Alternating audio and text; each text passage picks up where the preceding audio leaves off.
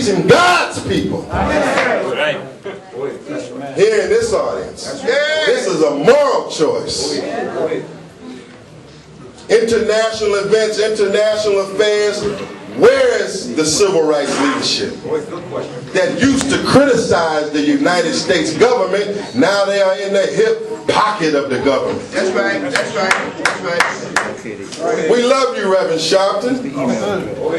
The black community will tell you that. They love Reverend Sharpton.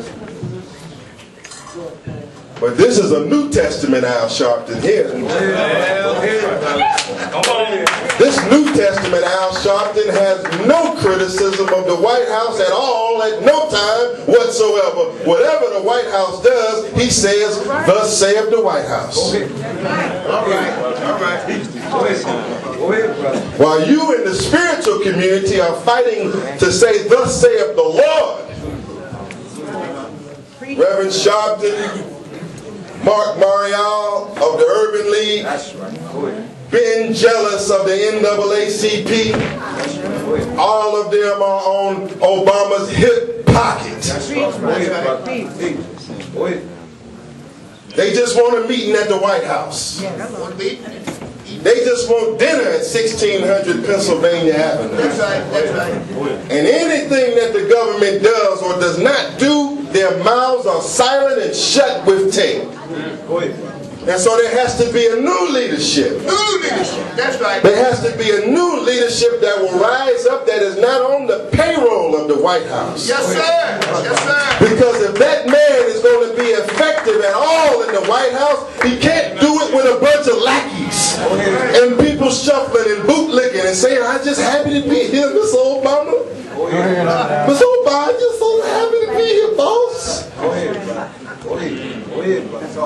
I'm serious here. It's not a joke, it's not a playing, it's not a personal attack at all.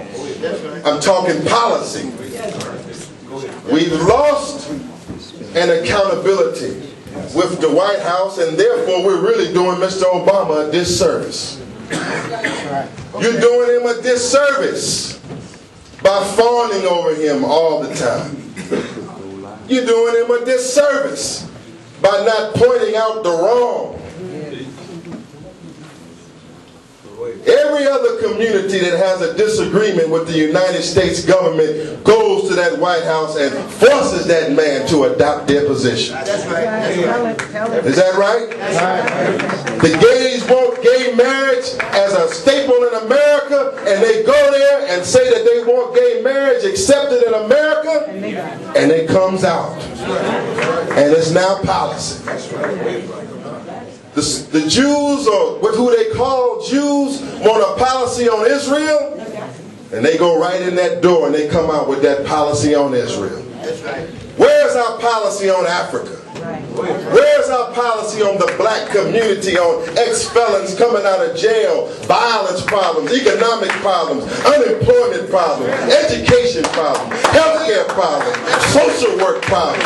Where's the black voice demanding justice for black people? And damn it, where's the payback for all of them votes?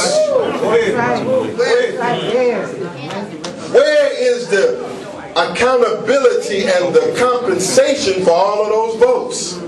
Good question. Good question. Now, we shouldn't really even have to ask for that. We should get it. But if you don't get it, at least we should be demanding it. And if nobody's demanding it, then all of this so-called leadership in the black community need to be wiped out. That's right. That's right. And a new leadership that is listening to this broadcast and agree with what I'm saying. We need to come together and form a united front. Yes, sir.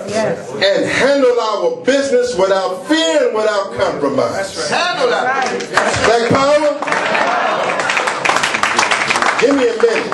I don't mean to be so serious. I come in the spirit of Khallid Muhammad. I come in the spirit of a man that showed me nothing but seriousness and dedication and commitment. And the main thing that I appreciated about Mr. Muhammad. Thank you.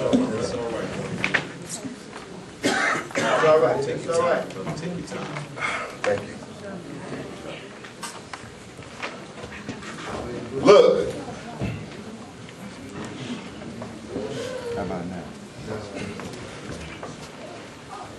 been criticized for my support of Mr. Obama. So don't think I'm some kind of hater. There's people on this rostrum that looked at me sideways when I came out to support Mr. Obama in 2008. All right, all right. And they back there saying, yeah, that's right.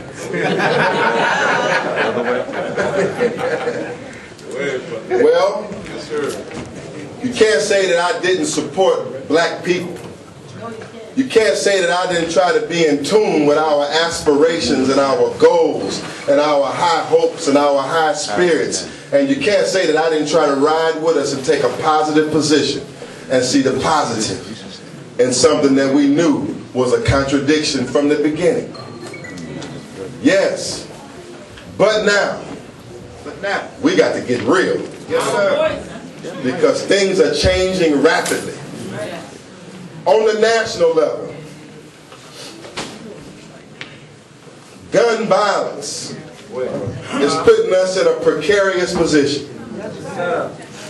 You have a scenario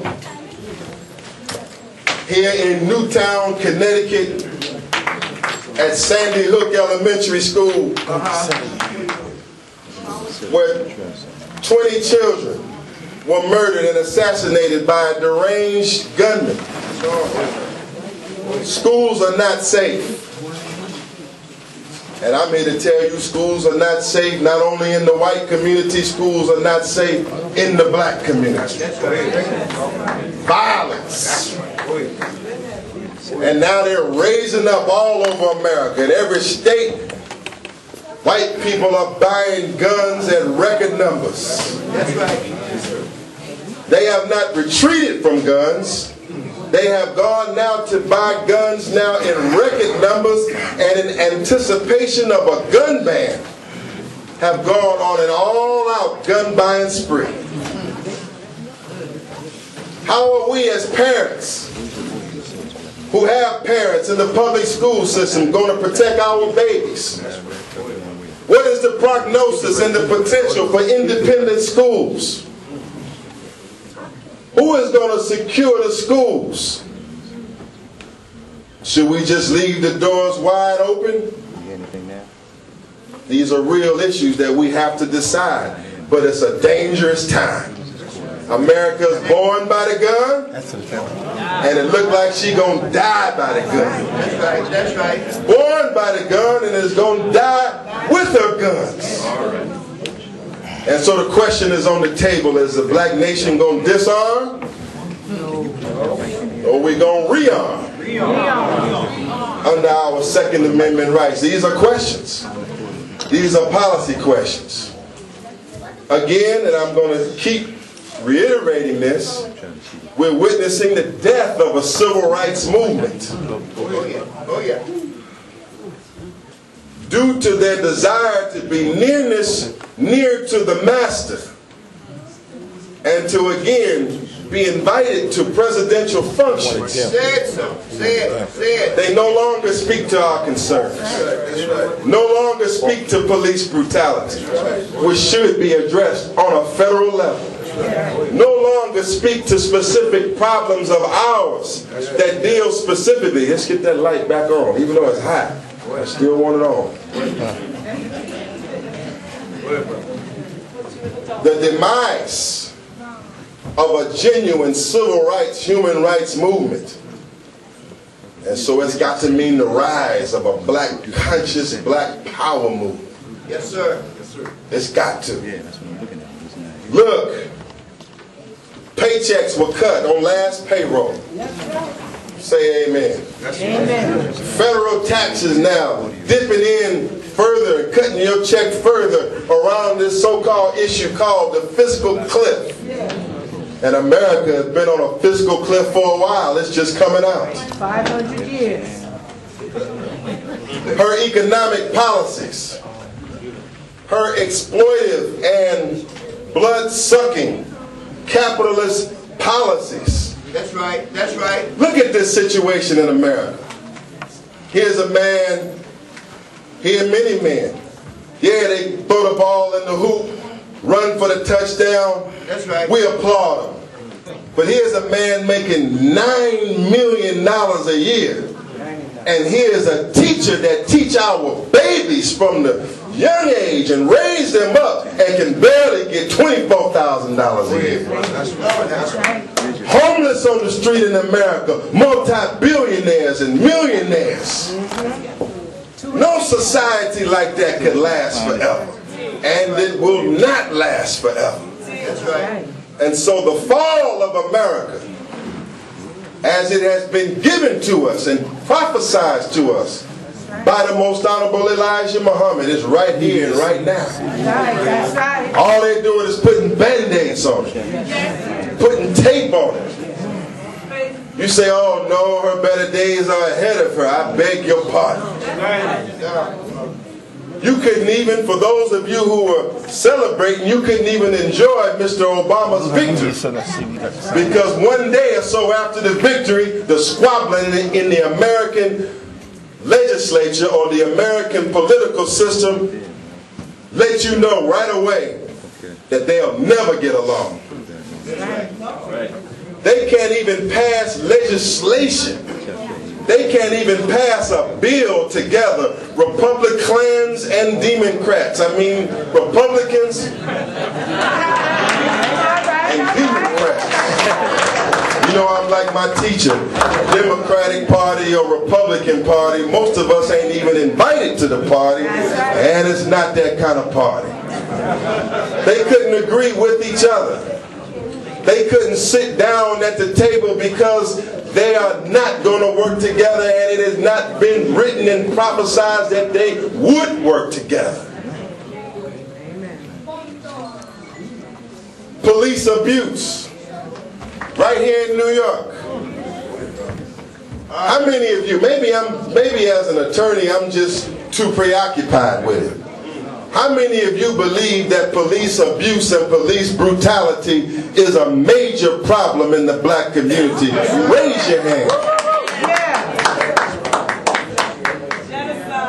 That's right.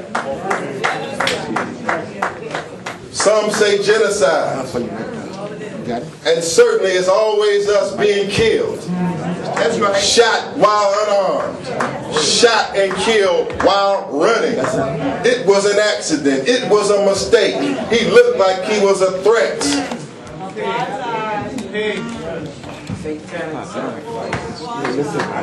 Dear sisters and brothers, I finally got it finished. And that is my first brochure to the black nation, and it's called What Black People Need to Know When Dealing with the Police.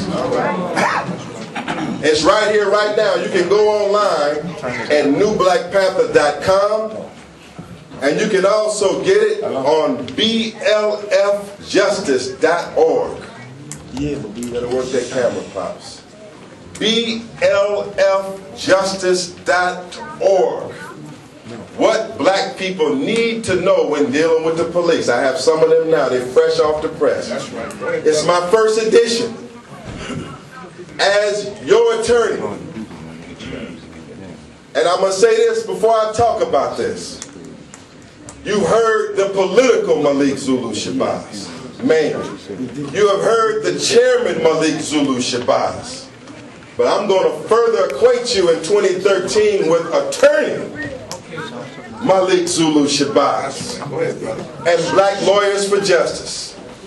Because somebody has to keep the fight that Alton Maddox began. Somebody has to keep up the fight that Chokwe Lumumba began. Somebody got to keep up the fight that Johnny Cochran began.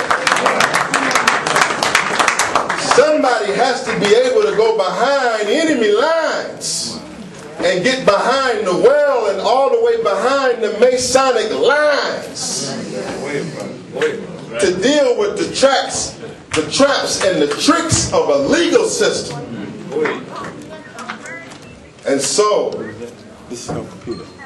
I will be attorney at war on the case in 2013. I'll be trying many cases, and I'll be here to do what I really want to do, which is educate the public on your legal knowledge so you'll have some facts and some information as we begin